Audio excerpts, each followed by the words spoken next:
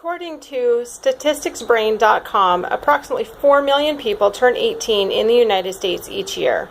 That means 4 million more people entering the real world as an adult, either heading off to college or entering the workforce. Either way, they will be faced with assuming new responsibilities that come with being an adult, managing their time, their money, applying for and interviewing for jobs, and maintaining a household. But how many of them are really ready? The sad reality is that few adolescents are being taught at home the life skills that would adequately prepare them for adult responsibilities. Life skills classes need to be a mandatory part of school curriculum requirements for graduation from high school. On a blog posted on Yahoo, one parent asked, "How does high school prepare you for real life?"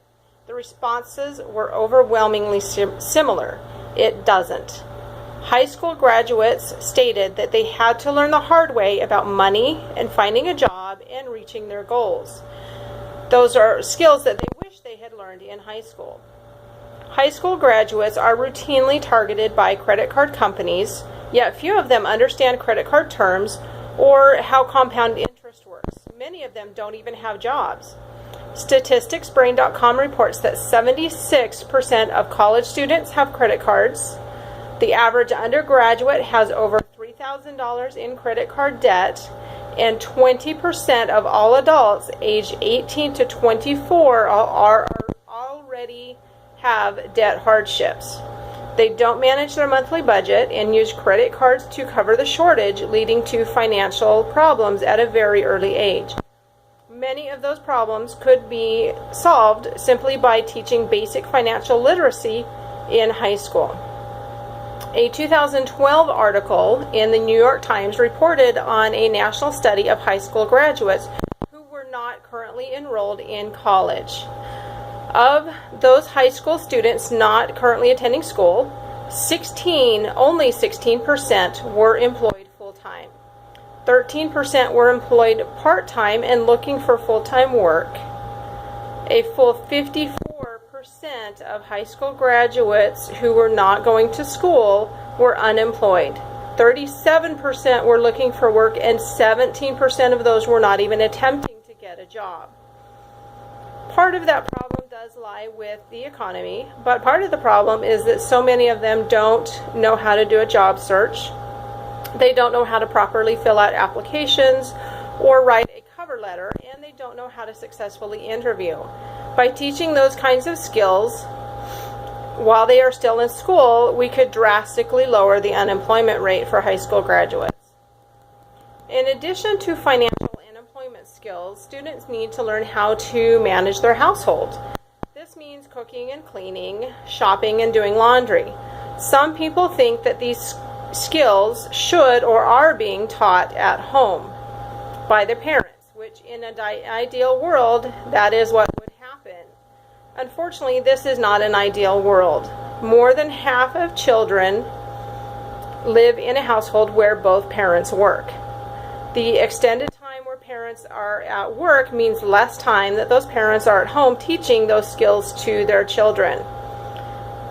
The fact of the matter is simply that these skills are not being taught at home because parents are too busy working, trying to maintain their own household, to be teaching those kinds of skills to their children. So they enter the adult world without knowing how to do more than microwave a simple meal.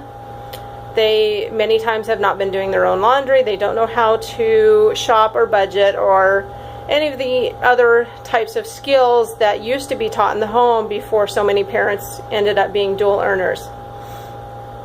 Some people say, well, that's their problem, it's not mine. It's up to the parents to teach them. If they don't, then they'll just have to learn the hard way. Unfortunately, when unemployment goes up, so does welfare enrollment, and that affects us all. An unemployed high school graduate is either going to turn to welfare or be an additional burden on their parents, or they may turn to a life of crime in order to make ends meet, and that does affect us all. It's not just their problem, that becomes a community problem. The more young adults who end up in bankruptcy just means that more lenders are going to charge higher fees and higher interest rates in order to cover their losses. And that, again, that hurts all of us. Implementing a life skills curriculum really would not be difficult at all.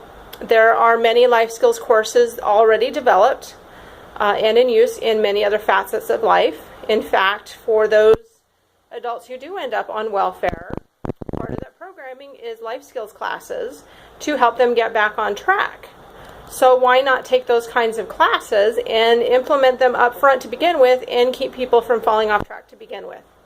High schools could easily draw from those life skills programs to develop their own curriculum. The courses are easily adaptable for high school use and could be completed quite easily in just one semester. If enough citizens voiced their concern over the need for this type of curriculum change, schools would not only see that those changes are needed, but they would understand that they have the community support already in order to implement those types of changes. So I am asking all of you today to send a simple letter in to your local school board. Ask them to have a life skills class added as a required curriculum for graduation requirements.